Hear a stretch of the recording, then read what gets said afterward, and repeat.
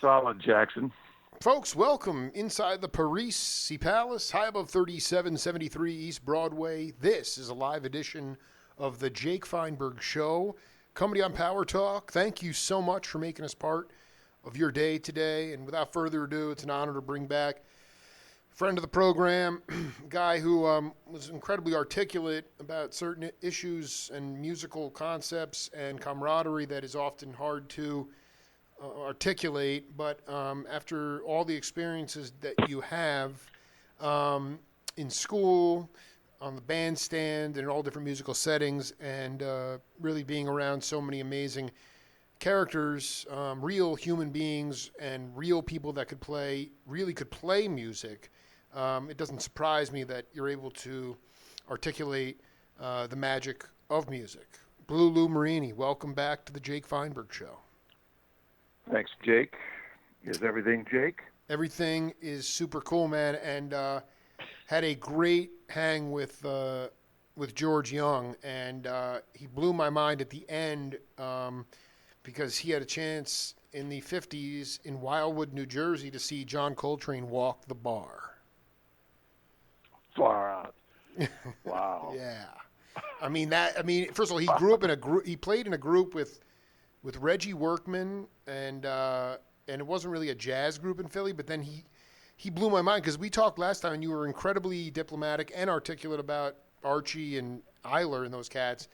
He said that Archie Shepp was a clarinet player at the time, but he walked into the band room, and when he would sit down at the piano, George said he sounded like Art Tatum when he played.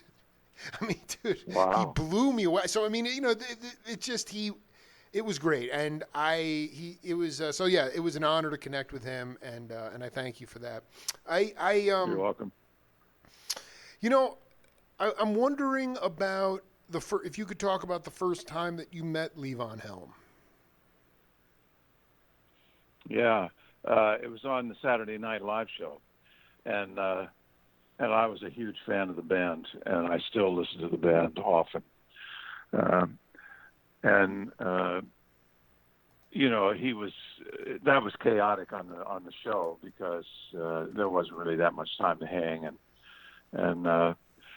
but then I got to work with him in the RCO All Stars band, and that was with Tom Malone and Howard Johnson and Alan Root and myself, and that was a wonderful experience and a wonderful band. We went up to Levon's barn and spent a couple of days up there.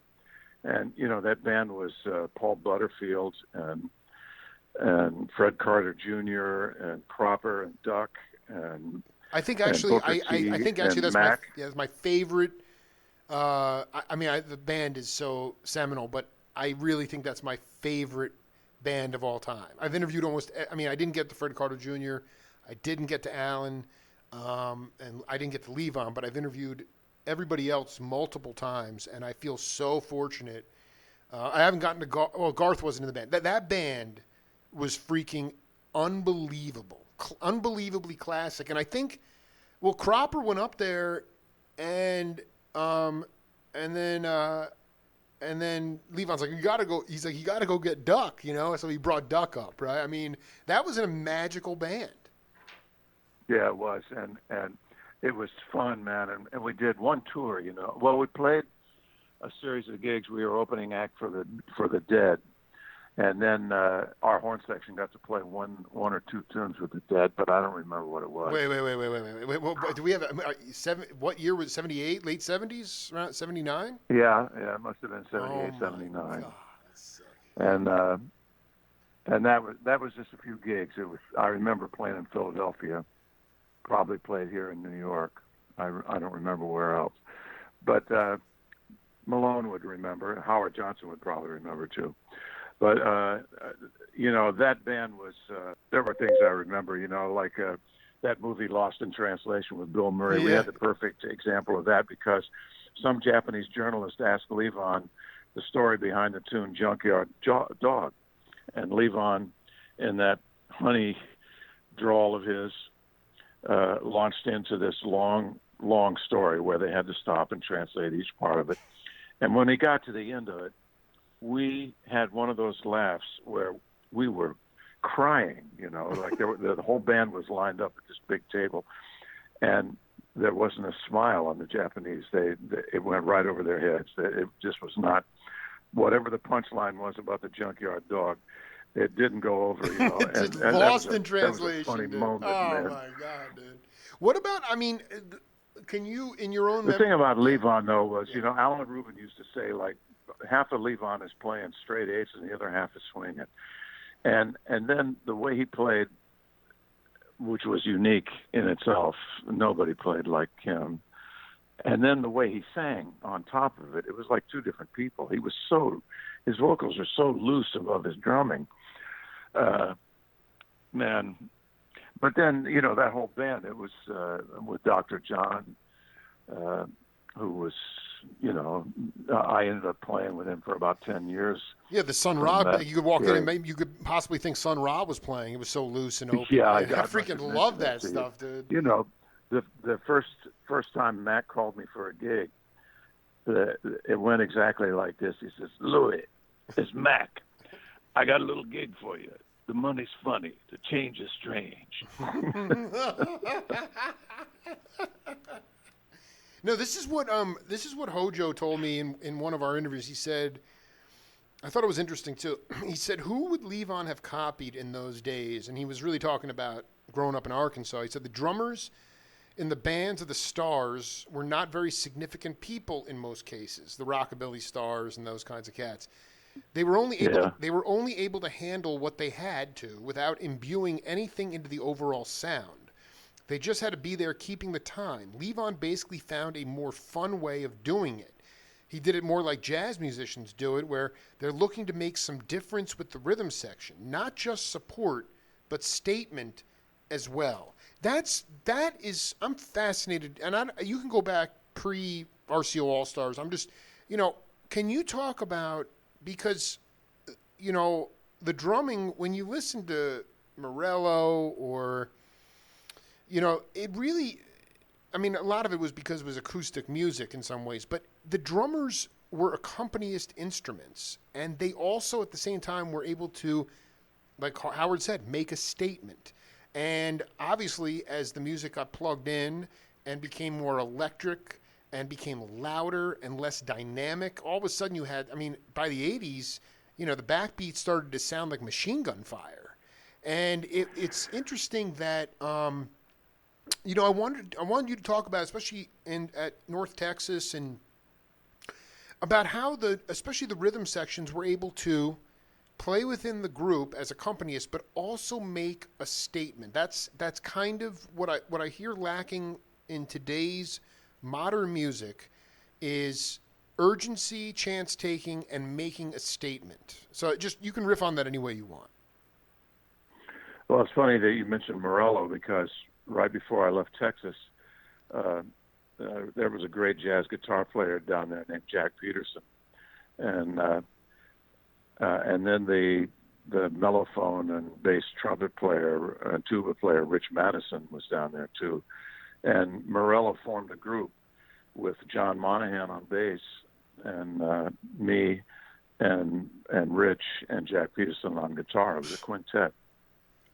We played about 4 or 5 gigs, and then nothing really happened with it. But it was a terrific band, and it was great getting to play with Morello, And I remember one night he was bugging me about something, and on the bandstand, and I fired back at him and I said, well. Because he used to play in the middle of a drum solo on one tune, he would put his elbow on the snare drum and play Yankee Doodle, Oh, my God. And I said, well, how about if you back off that corny Yankee Doodle shit or something like that,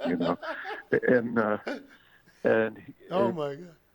And then he added, but just with the foot. And then he added something on the snare drum, like in the left hand. And then he added a third element with his right hand, and then the bass drum. And so he had 4 separate things going. And then he began passing them back and forth from foot to hand and hand to foot and keeping the same pattern going, but other things playing it. And it was amazing, man. But yeah, I Wait, hold on. had to Joe, share you're telling that. me Joe Morello came down to North Texas to play with you guys? No, not to play with us. I don't know why we were doing these gigs. We played the gigs, and I think we played in El Paso and maybe somewhere in Oklahoma, Tulsa or Oklahoma Wow, City. what a And band, we man! played Where are 4 the or 5 tapes of gigs. that stuff? That's Joe insane. had come down to do a clinic, I think, and the bass player John Monahan was the guy who killed himself in the hospital, and he was brilliant. He was from Philadelphia. He would have been one of the great bass players had he not had these mental problems. But he was part of that band, and this guitar player Jack Peterson. I remember mentioning. Tropez told me about John Tropez, the great guitar player here in New York, told me about having a teacher in Berkeley, and he said he made him. Oh no, I said I knew this guitar player down in Texas, and he said one thing he did was he made his students learn all their scales starting on each degree of the on each string, or however, I forget exactly how it was, but Tropez said, yeah, my teacher did at Berkeley did too, is a guy named Jack Peterson. And I said, well, that's what I'm talking about, So it's funny how all these connections happen. But that Morello Quintet was an interesting little band. And then, but you were talking about rhythm section players at North Texas. There were a bunch of good drummers, and of course Ed Sof primary among them. But Matt Benton Jr. was a very interesting drummer. I am still looking for that. That dude played on this album with Delbert McClinton and Glenn Clark, and it is the most ridiculously jazzy country album I've ever heard in my life. That dude is ridiculous. Far out. I'm glad you know him. Big time. I lost track of him, 30 years ago, I suppose, but he was a really fine drummer, and there were a bunch of good drummers at North Texas. But one thing about the school was the school had what I call critical mass, in that it had enough guys who were really practicing and really working on it that was infectious with the other cats. So there were enough good players to stimulate everybody to really be working hard, and everybody was. Cats were spending a lot of time in the practice room, and at the same time there was a lot of work down there. Territory bands, bands like Les Elgart that I played lots of gigs with coming through, things like the Ice Show or the Fort Worth Rodeo or like I remember one year, maybe '67, where I played a show with Smokey Robinson, the Miracles, Gladys Knight and the Pips, and Stevie Wonder. And then later on with the Supremes and the Manhattans, the Temps, the Tops, those people would be coming through and they would hire horn sections from North Texas. Absolutely. And so we were getting to do all these other gigs, and it was a super good learning experience. But as to your question about drummers and framing, I don't know, man, in New York now, I hear so many great young drummers. There's no shortage of guys who play, who respect who obviously are totally informed about the tradition, and at the same time they're pushing on ahead in their own way. The thing that I always treasured the most about working with rhythm sections, especially having different combinations of guys to play my music and hear what they did. I remember I used to have a band. It was a cooperative band with Larry Willis and Tom Barney on bass and Buddy Williams on drums. Oh my God! We played together for a period of 2 or 3 years, and I remember at one point we had an idea that we should bring a piece of music in and play it and not say anything verbally about it. No verbalizing whatsoever about the music. Just play it, see what it sounded like, and then wait till the next time to maybe talk about it. You Right. know.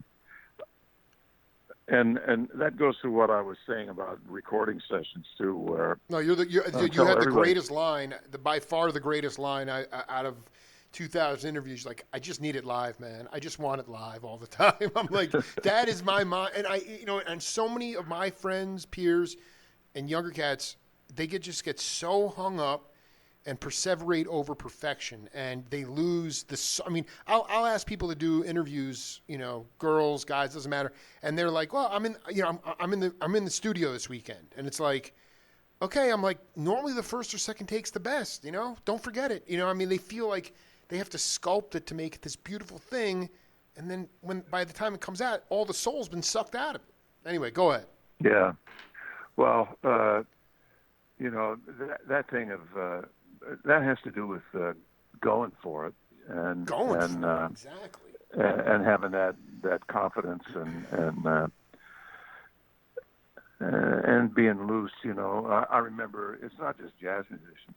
I remember hearing the Juilliard String Quartet one time playing Beethoven string quartets and the first violinist at the end of a furious passage that ended on a long, heavy arpeggiated thing up to the top note, which was a super high note on the violin, and one of those kind of things. And he clearly missed the last note big time, Mm-hmm. and it didn't matter. No, it was fucking thrilling. oh, I love it. I love it, dude. Yeah, because in today's world, you miss a note, everybody stops and stares instead of just going. No one's going to know in the audience anyway. You just keep burning through it. And here's the thing. What I really want to say about the drummers is how to really, the nuance of playing as an accompanist and not bashing, but with still making a statement melodically within the music. I mean, it seemed to be the master craft. It seemed to be the master thing.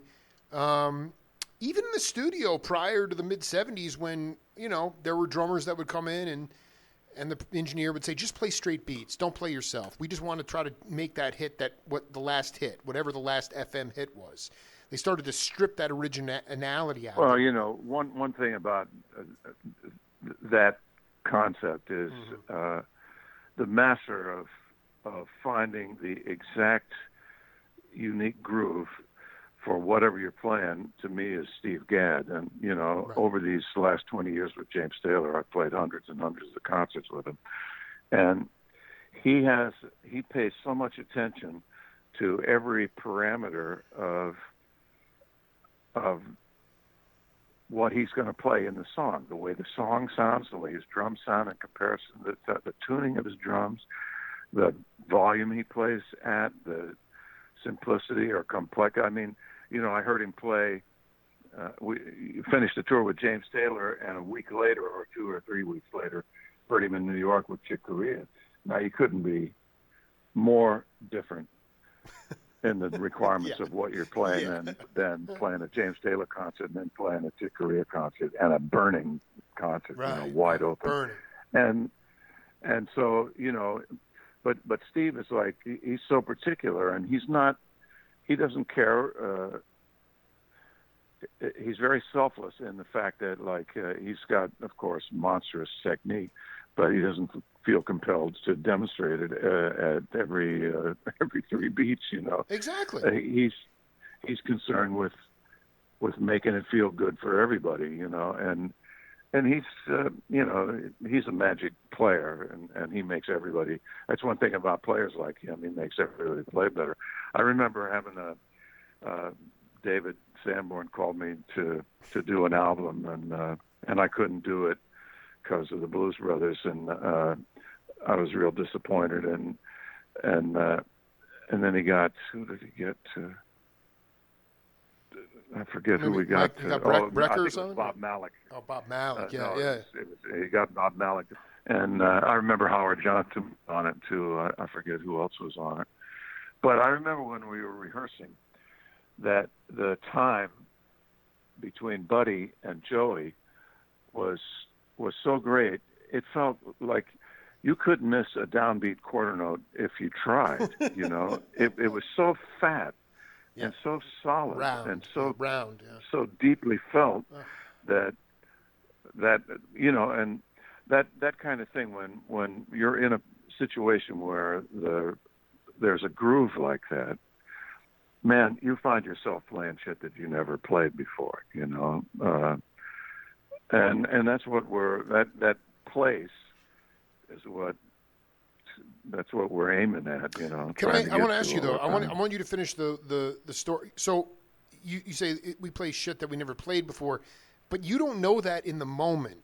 It's only on playback, right? I mean, you're so in the moment that you don't even know or do you know that you're playing something different? I mean, to me that would seem like something only after the fact. Maybe you could finish that story. I don't think we finished that Larry Willis story where you just Well, that's a complex, because I remember saying last time I talked to you that the minute you became it's I think the difference is between self-awareness and ego, right. because if you're playing and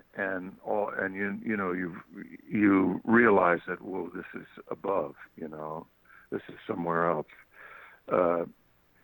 If the thought that you're sounding good, if there's a hint of that in that realization, then you plummet back to regular, everyday playing. I did, yeah. But if the ego doesn't get involved, then you can stay there. I was going to say about that drumming thing that when Jack DeJohnette played in the second Blues Brothers movie, we became friends. And wait, he played in that? I didn't even know he played. You're dropping. Are you kidding me? DeJohnette played in that film?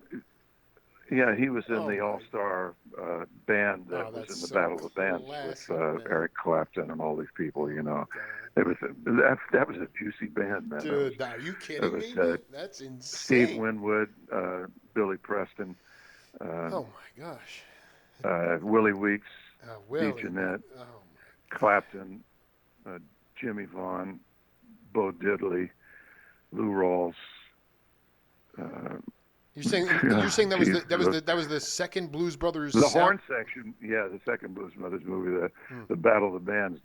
Our other horn section that we played against was Joshua Redman, Faddis, who played.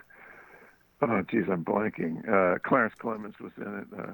It was a pisser, man. But what I was going to say was DeJohnette. In all the years, one of the years that I played the Kennedy Center honors for a long time, and DeJohnette was on one time when they were honoring Wayne Shorter. No, they were honoring Herbie Hancock. They were giving Herbie Hancock the Kennedy Center honor, and DeJohnette was playing with Gary Peacock and Chick Corea and Wayne. And I was talking to Jack before and on stage, and they had different setups because they had 2 or 3 different combinations of guys playing.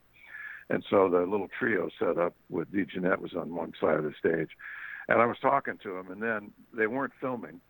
So I was standing basically at arm's length away from him while he was playing with Chick and Gary and Wayne. Gosh. And one thing I realized about the way Jack played was Jack was not concerned with keeping time for other people.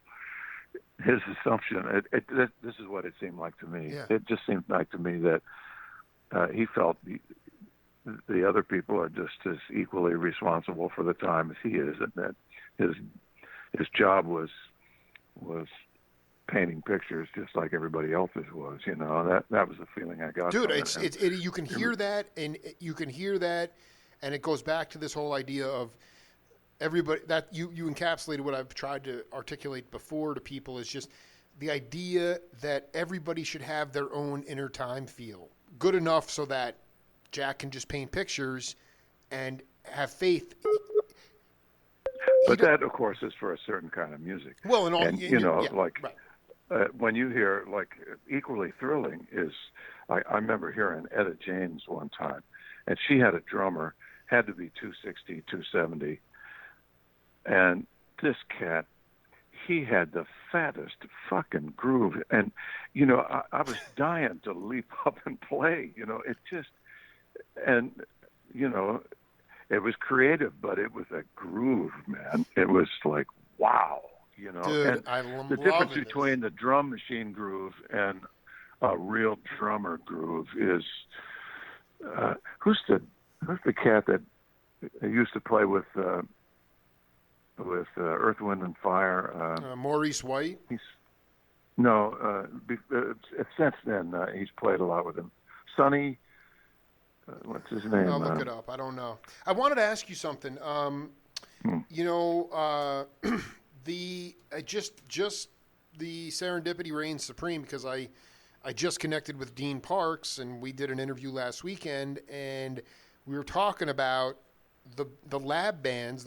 He said the 68. I think he said 67, 68 band was the most that was a dream band. But the thing that he said that I wanted to ask you about was that I thought was interesting was that, around the time that he got there, was when guys that had been in the Airmen of Note, NORAD bands, they had been on the road for about 4 years straight playing music in the army and military, and they were due a couple of years of college education. So Dean said, at least from his point of view, when he got there, he goes, we were competing with seasoned musicians for jobs in those bands. It wasn't like you took a course and got a spot in the band.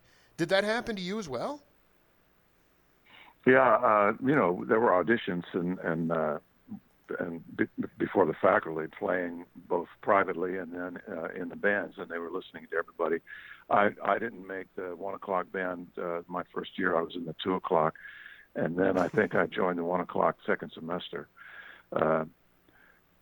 And there were guys who had been in the NORAD band, but I remember guys who were leaving to go in the NORAD band. I mean, like Jay Saunders left, and Larry Ford, I think, left to join the band. So, yeah, there were some guys who had played, but my memory of it is more that it was going the other way. That guys, in order to keep from having to go to fucking Vietnam. Well, that's what I was going to ask you. Is that how did you? I mean, being that I had gotten married, for one thing, my draft, for some reason, my number was I had a safe number in the first place, and then I happened to fall in love and get married. So, right. So if you were married, you were less inclined. I mean, even though your draft number was low or high, being married was a deterrent to going off to war, or you could get out of going to war. I'm pretty sure that if you were married, they weren't drafting you. Sonny Emery is Maybe the I'm wrong. Sonny Emery is the Sonny Emery. Yes. And I think I may have mentioned this last week, but it was Sonny Emery who played that solo with that guitar player, jazz guitar player in L.A. He's always smiling when he plays.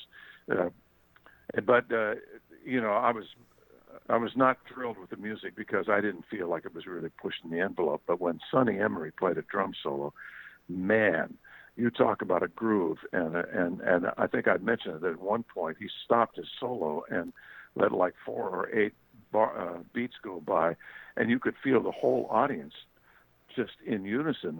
His groove was so strong. I have another significant memory of that incredible groove, and that was hearing the master musicians of Jajuka, which are a court band for the king of Morocco, that come from a small village in the Atlas Mountains and have been court musicians for like 150 years or something. And I had, with my interest in world music all the time, I had a CD of them, and they played a concert at Town Hall in New York. And I went to the concert, and the format of the way they play is they have a whole bunch of different drummers. There were like 7 or 8 drummers, and then there were 7 or 8 guys who either played a very loud oud. It was triangular shaped, real raucous sounding.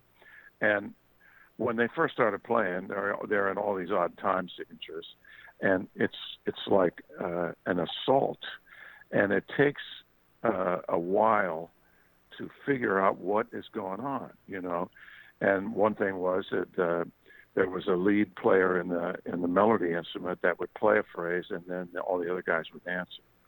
So there was a call and response thing going on all the time. And then the drummers, every guy played a certain rhythmic thing, but freely, and they were all part of this big groove. And I remember the sensation that I had was when, after like 5 minutes or so, when I suddenly could hear what was going on, it felt like something just rolled over and clicked, and then there was this giant, long groove that was so deep, it was like you could surf on it. And I remember when they did an encore, the guy had the whole audience clapping on like 7 and 11 and a 13/8, and everyone could feel it. You know, a whole New York audience full of people was clapping on 7 and 11 or something. I mean, it was deep, man. It was out, you know. And that was after like an hour and a half of hearing them play. My and, God. Yeah. Well, I mean, that's was, the thing about African. I mean, there's so many different types of rhythms. North African is, you know, you go to each different country, but you know, it sounds incredibly complex, and then you realize that each one of those cats is playing a different part, and it all fits into one rhythmic groove. And so that to me is the, you know, I want to test your memory here, Blue Lou. Do you remember? Do you remember how you recorded the horn arrangements for the RCO All Stars up at Levon's place? We overdubbed. We played them. We rehearsed them, but then when we recorded them, and I've told a lot of recording engineers this, and they always look at me with this look like it's a look like, well, the poor guy just doesn't have any idea what he's talking about. What he's lost his mind. They humor me. The engineer was a guy named Eddie Offord, and I think Eddie had recorded bands like Yes and Focus and that kind of stuff. You know, I don't know how Levon hooked up with him, but when we played our horn, when we did our horn overdubs, we didn't use earphones. We were standing in front of speakers, and they were loud, man. We felt like we were in the band, but we were no headphones. We were playing. This is the sickest thing I've ever. Sorry, I mean, it just under all that was laid at that point was rhythm and vocals, or what was that? What was being blared out of this? Yeah, we were playing to rhythm and vocals, and they might have not have been the master vocals, but they were the master rhythm parts, but that's the way he did it, man. We were playing in front of speakers, and so. You know, you sell that to engineers, and they really do. They give you this look like, oh, geez, you know, poor Lou, he's losing it. You know, yeah, Lou's really he's off the rails. But that's the way we did it, and man, it sounded great. It was so much fun to play that. Great. So I mean, you're telling me that because I was tested because Bones has a great. I mean, Bones, you know, was like, I was the horn arranger for that band too. I did all the horns. We did all the horns in Levon's barn. We did it without headphones. He just blared the theater speakers at us, and we played along. There was no separate control room. We played everything to the speakers. It's a very unusual way to do it. In fact, it's the only album I ever did like that. So he corroborated my. You're spot on. I was just to me like that. I don't know if those were the master vocals, but I mean that album is. One of my favorite albums, and it sounds amazingly recorded. Even though that was, I know people who've told me they wore that album out. Dude, it's too much. It's just too much, man. It's so authentic. It's bleeding through, and then, I mean, and just the accompanist mentality of the musicians serving the song. I don't know. You know what? Too, like there was one thing. I'm 25 years or maybe more. Where after the RCO All Stars, where I would occasionally see Levon, but I didn't play with him. And then when he started, then you know he had that bout with throat cancer, mm-hmm. and so he wasn't performing. And then when he recovered, he needed to start making some money, and he started having this concerts up at the barn, Midnight Rambles, and yeah. the midnight rambles, and I went up and I got called to go up there and sub, and that was fantastic, and then he asked me to play at the Beacon Theater to be a guest soloist at the Beacon, and the way they chose the set, I was the guest soloist on the very first tune, my God. And then Levon said, and the guys were raining on me because I knew what I was going to play, so I was going to play soprano on Ophelia, and I didn't bring my tenor, and the cats were like, "Where's your tenor?" And I said, "Well, I'm only playing on Ophelia, so I didn't bring it, And then Levon says, "Lou, don't go, So I ended up playing the whole night, It was so much fun. And then I ended up subbing a lot up there. And I remember when I took my wife, Carmen, who is from Madrid, and she's got the greatest musical memory of anybody I've ever been around, Right. When I took her up to the Ramble and she met Levon, and we went to the kitchen, and she was just so charmed by him. And then Levon had his man, Walter, who took care of everything for him. And Walter told Carmen, he says, "Carmen, you just stick with me," And so when the band went out, Walter walked Carmen out, and Levon's drums were set up against one of the left wall of the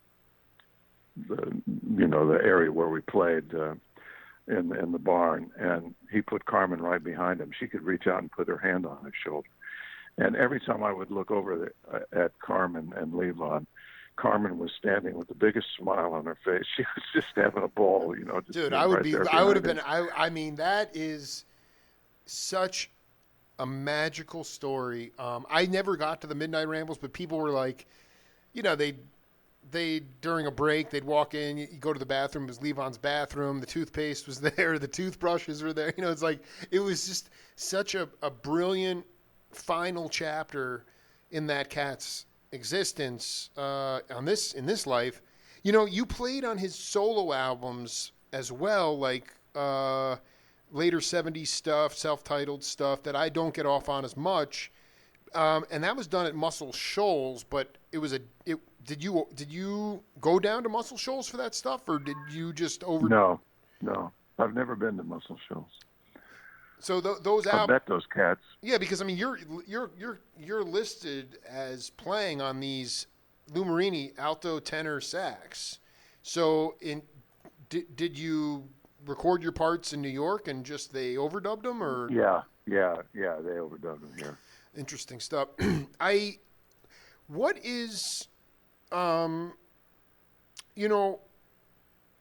your mind, Schaefer, Cropper, Bones, Marini, Rubin, Soloff, the list goes, it's just on and on and on. But for cats that are going to pick up this interview long after we've left this planet, what is the legacy of your generation to modern roots music? I don't know. Might have to wait till we're dead to find that out. But, no, I mean like I don't know. Jack of, yeah, go ahead. I mean, to me, you grew up in the gravy years of just the ability of a musician to thrive, get ahead, and actually live a life, a profession. Well, I think these things are probably cyclical, and hopefully it'll happen again. Stephen Bernstein, the trumpet player that was playing with the Ramble Band, is. He sort of plays a lot of avant-garde or more free kind of jazz, and he's a very ebullient character, and he's certain that as soon as we settle down,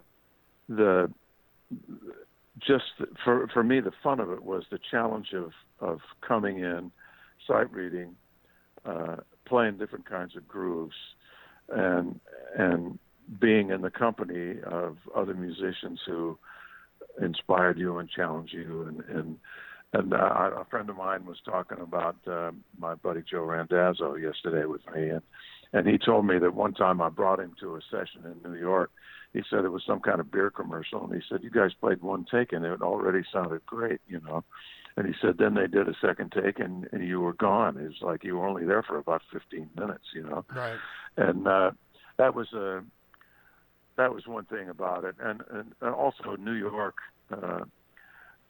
New York was loose, man. You know, I used to think that if people just walked in on the session at the beginning in the first 15 or 20 minutes, they might mistake it for a party because, you know, everybody laughing and talking and giving each other shit and having so much fun, and then getting down to playing and nailing it. You know, there was a sense of pride and accomplishment. You know, for me, like when I was a kid, one of my mentors was a guy who was a terrific alto saxophone player named Jack Halkides in that little part of Ohio. He was from Canton. And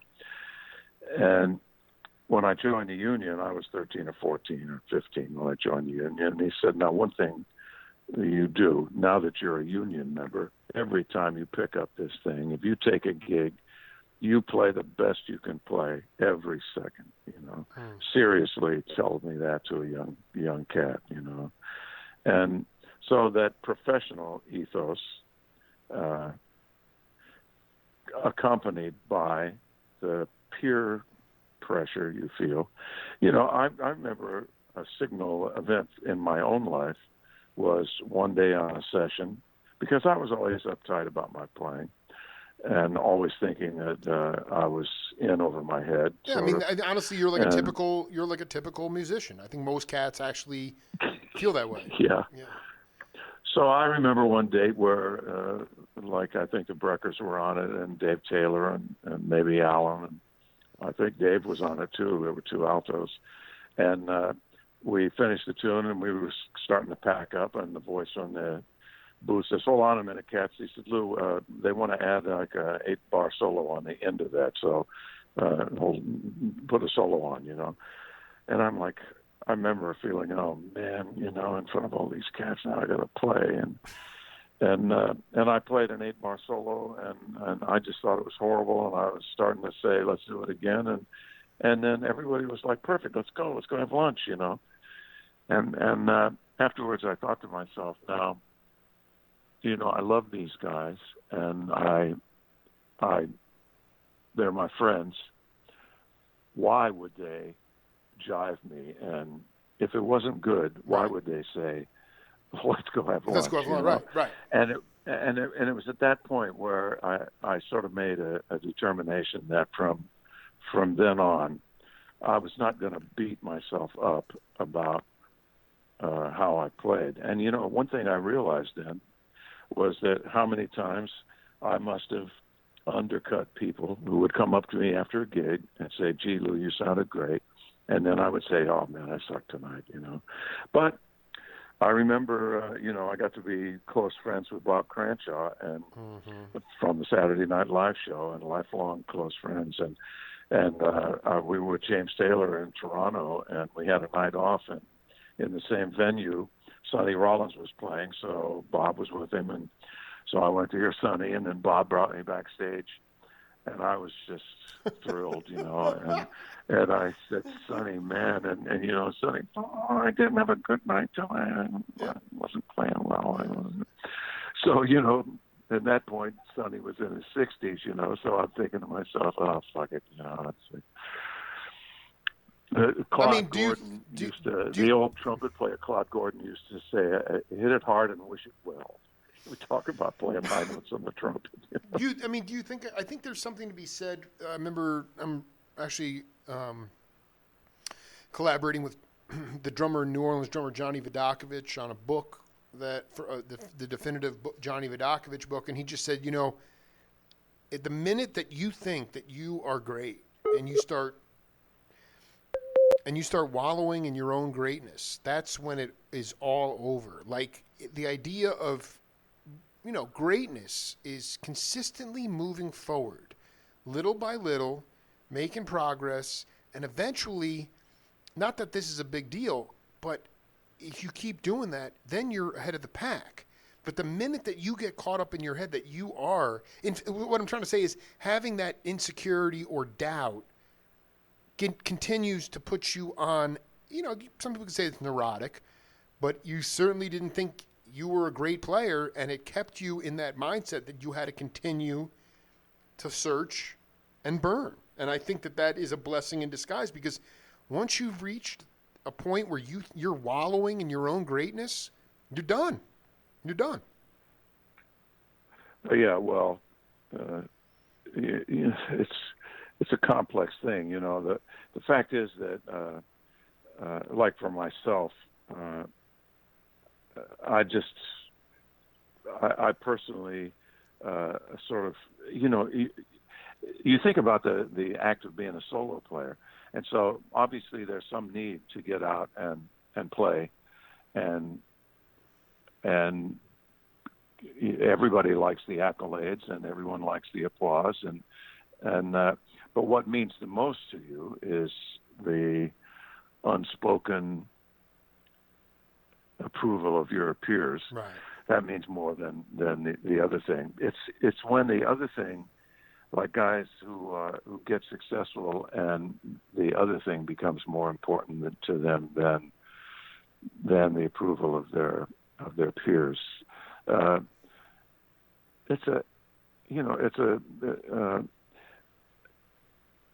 It's like I remember reading the guy who was married to. She was a great anthropologist, a female anthropologist, and he was a sort of a philosopher. Mm-hmm. I'm blanking on his name right now. I'll think of it. But he said something about the acquisition of technique, and I talk to students about this. One thing that happens when you fall in love with an instrument is you begin to spend hours and hours and hours with it, and when you do that, you acquire technique, especially if you have a good teacher and you're learning the basics of music, which is the inherited knowledge of thousands of people who have devoted their lives to it. When I think about my clarinet teacher when I was a kid in North Texas, had studied with Daniel Bernard. Daniel Bernard had studied with, so between my clarinet teacher and the guy who was playing the clarinet for Mozart, there's only about 13 or 14 guys, Right. So they're passing down this knowledge, and they've worked their asses off to learn it, and they're passing it down to you. So you're the benefit of this knowledge, and then you're going to try to pass it on, and the more you practice and the more you acquire technique, there is tendency to use it. And especially, you hear guys who, this is what you play on a G minor 7 to C7 chord. And I got 30 examples of this, and I can and they're like a robot every time they get to that place. And it can be impressive, but it's not the same thing as singing in your head. And that's what we're supposed to be doing. Or at least that's what we think we're supposed to be doing, well, you're supposed to be singing. It should be your horn. Yeah. Your horn should be like your voice, Right, exactly. except your voice can't do the things that your horn can do, and can't do them as quickly. But still, the intent should be that. And so, I'm still, like, I just spent an hour and a half practicing the flute before I figured, okay, he's going to call it 4. It's 2:30. I'll play it till 4. And I'm working on stuff. I have all these notebooks. Every time that a new thing occurs to me, I write it down, and immediately we'll practice it in all 12 keys if it's a tonal thing, or if it's like a diminished thing.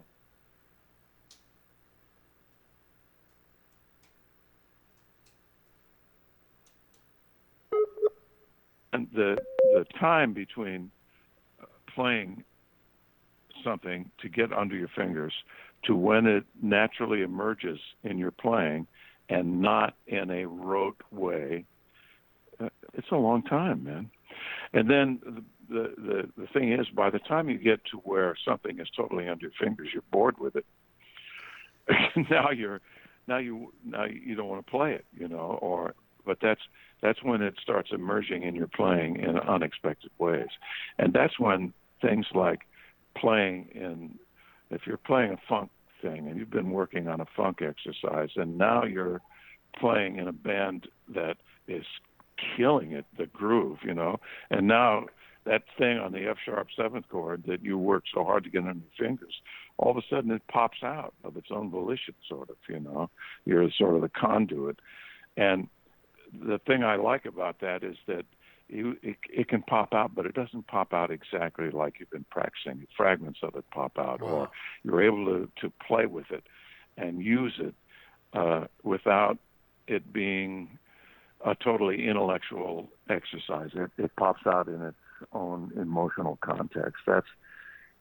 That's when that reward of the hours that you've put in trying to get something under your fingers manifests itself.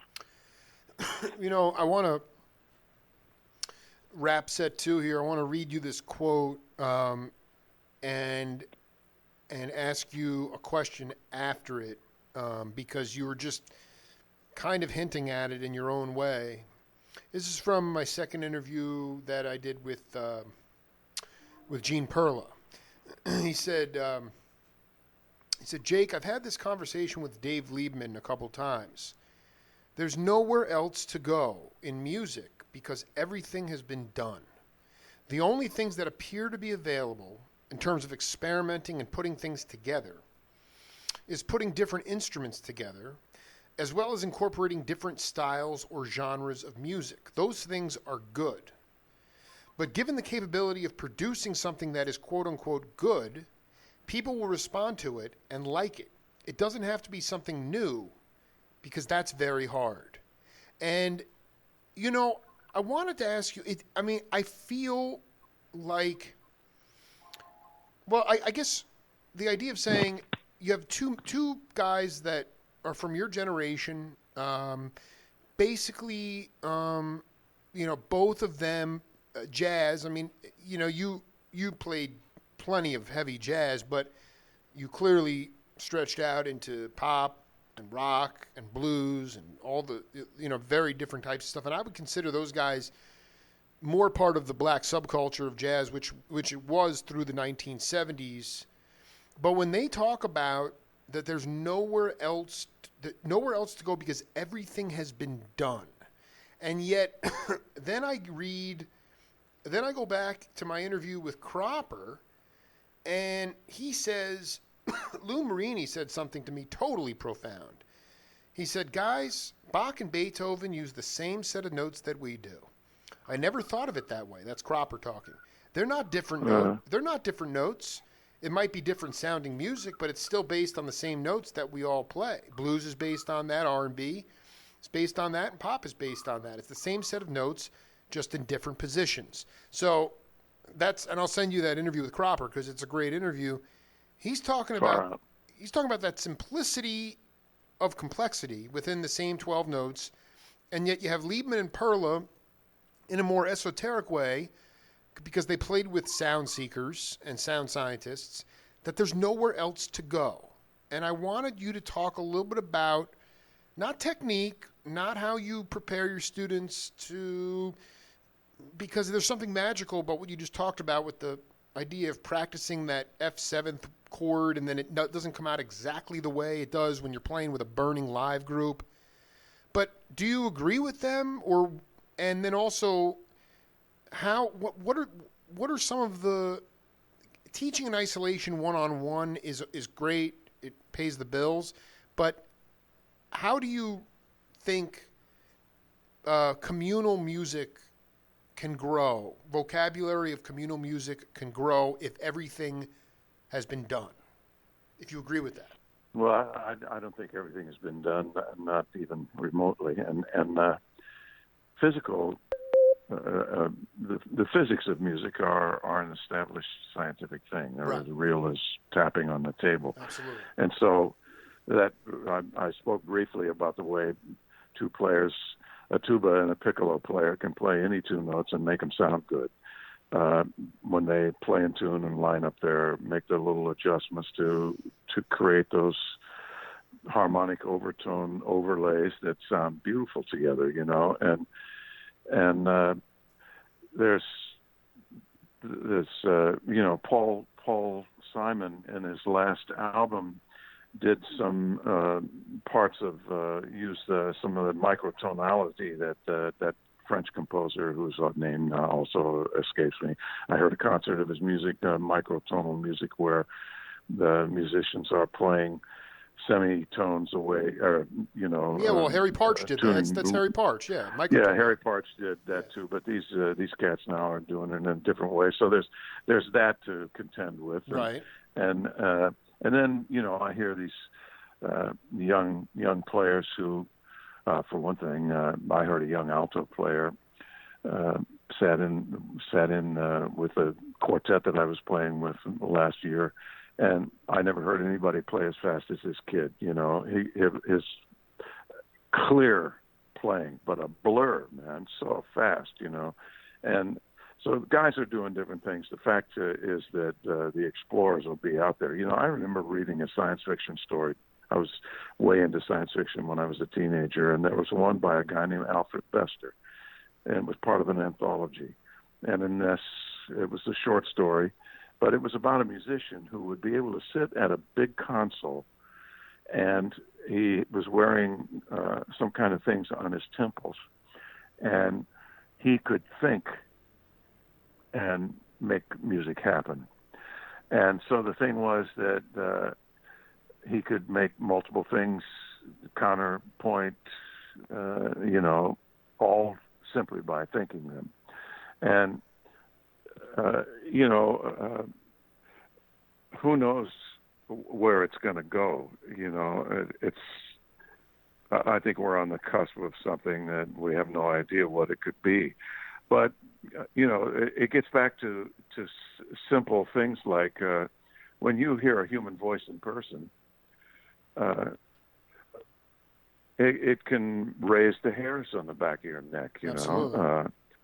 Hearing Ray Charles sing Georgia. I remember one night I had played with New York. They used to have these nights of celebrating the great American songbook at Lincoln Center. And we played, and Jessica Molaskey sang this tune. And it was sort of like a tune about that had the feeling of On the Street Where You Live a little bit, but it wasn't that tune, but it was that kind of Broadway tune. And it was sort of a Broadway arrangement. And I remember thinking to myself, oh, yeah, typical Broadway tune, and sort of dismissing it. And then the following week, my wife and I were talking, and I had played a gig with Blossom Deary's bass player. And I mentioned something about Blossom Deary, and she said, "Who's that?" And she's so wide range. I said, "Wait a minute, you've never heard Blossom Deary?" And she said, "No." And I said, "Okay, we're going to go hear her." And Blossom Deary, we were sitting like 2 tables away from Blossom, and she sang that same tune, and I had tears in my eyes. So, I don't know whether does new have anything to do with whether Beethoven or Louis Armstrong sound good. I mean, you listen to Beethoven and it sounds fantastic. You listen to Louis Armstrong, it sounds fantastic. You listen to Train, it sounds fantastic. You listen to James Brown, you listen to Carole King, you listen to Parliament Funkadelics. I mean, I would just counter you by saying, not counter, but I think what has to tie into that is everyone you just riffed on was commercially viable music. All that music was recorded and sold for profit. Some people did exceedingly well. Some people had middle class lifestyles, but it was commercial. Even though the music wasn't commercial, Parliament Funkadelic. it was funk and things like that. But I mean, Train, Miles. I mean, the list goes on. And on. You know, that stuff was still like you were able to. The more difficult the music and more esoteric. Yeah, what I'm saying is generally like that. smaller the audience. I know. There's new places to go. I just think that they go down a sound hole because it's not being marketed. You can't we're in a time of I such. don't know, man. At Yeah. this point, with the internet and things being so fragmented, like I routinely will go by Madison Square Garden and see people lined up to go into a concert, and there are bands or things that I've never heard of, never, and I look at a lot of stuff and try to stay aware of a lot of different things. Mm-hmm. I'm always looking for new music to listen to, and so at this point, there's so much going on. There's some singer. Somebody turned me on to. Her name is something like AKA Twig or something like that. Man, this is some out music. It's fantastic, but it's totally out there. And I just think that to say that there's nothing new is there's constantly gonna be new things, and school isn't ever is just toddling around. Man, somebody sent me a video of some little bass player. Have you seen that video of the little Korean kid bass player? Looks Korean or Japanese. Yeah, I've seen that. Yeah. I mean, I think Holy. I think it's So who knows where he's going to push it? What? Obviously, he's right now. He loves Tower of Power, but playing like that at his age, where's he going to push it to? Yeah, I don't know. That's a difficult question. It's difficult, and also I remember I sort of think that it's always been going. There's always somebody pushing us into a new space, and I think that's always going to continue to be like that. Blue Lou, we will definitely do a set 3. Let this breathe for a while, but be safe, man. I just got off the phone with this cat, and you're in New York right now, is that right? Yeah. Yeah, I mean it's pretty. I'm from New York. I live in Tucson. We're dealing with COVID. Everyone's dealing with it, but man, he just said it's really pretty amazing how sort of void of energy the place is, and how hard it is for these retail shops. A lot of retail, a lot of restaurants. Oh yeah, places are. This is a calamity, man. It's a freaking calamity, and it's gonna already. I remember before COVID hit, I was having long conversations with people about how the internet has totally screwed so many businesses. You walk on Madison Avenue and you see empty storefronts in one of the busiest commercial areas of New York. You walk down Broadway, and some blocks there's 3 or 4 places that are empty. Restaurants, if the restaurant isn't really good and delivering something that people really want, it's gonna fail. Little mom and pop stores, they can't keep up, and so there's going to be this giant reordering. And when we talk about music in the context of this maniac in the White House, right. And the travesty of the last few days, the idiocy of this shit, awful. The global warming that's happening that we still can't seem to acknowledge or start to solve. And what and the thing that kills me always is how every one of these politicians always is talking about their children and how much they love their children. And meanwhile, they're perfectly willing to let their children inherit a world that is going to be totally fucked up. They're totally right. I mean, it's when the shit hits the fan, they're going to be long gone. I think it's about as sinister time and devious as possible. I mean, even in your formative years coming up as a musician, there was still morality where people would go to Nixon and say, "Listen, man, if you don't resign, we're going to impeach you." There is no. We are watching the collapse of whatever is left of the republic. To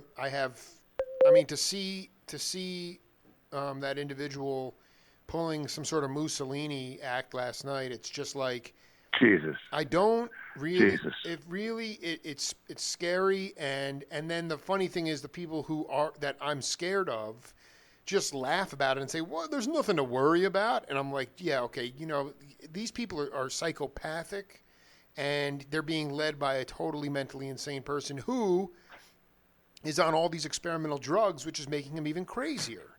So I mean, I have kids too, and I. So I think it goes hand in hand. It is to hear this guy who basically went off to Woodstock and has been there for a few months, and then he came back to the city. I think anybody who's lived in the city, flourished in the city, thrived in the city, worked in the city, had fun, you clearly have seen the ups and downs. I mean, I watched Taxi Driver for the first time the other night, and I'm like, my God, New York City was really out there, man. Like it was really a different place. But there was soul, man. And I'm not saying it was all good or bad, but I mean, it was getting very gentrified. It is very gentrified, and you just think, my God, with this reordering that you talk about, I mean, it's just, to me, it's just going to be more of, the multinational corporations who have the money to build more stuff, and the mom and pops and all the original businesses and the things that make New York still what it is are really going to be almost eviscerated from it. Barring huge, massive. Well, my wife and I were coming back from a doctor yesterday, and she wanted to stop by Saks, and she says they've remodeled Saks. And Saks Fifth Avenue was like a traditional store, Sure. And it had a unique vibe to it with the way all those counters were and the whole way they did things, and they've remodeled Saks. Now it looks exactly like every other modern mall. It has no soul whatsoever. It's gone. It just you could be anywhere. You could just as easily be in Tokyo or Singapore. It would look exactly the same. They've taken every little bit of personality of it and eliminated it. Yeah. Well, listen. Just be safe, and better days, as Paul Butterfield would say, better days ahead, and we'll do it again, man. It's really great to talk to you, brother. Okay, brother. Take it Thanks, easy, man. Be cool. Take care. Later, dude. All right. Yeah, later. Bye. Bye. Another couple hours in the book for the Jake Feinberg Show. Big thanks to Jeff Meyer and Blue Lou Marini. And that's it for now. We will see you later this week.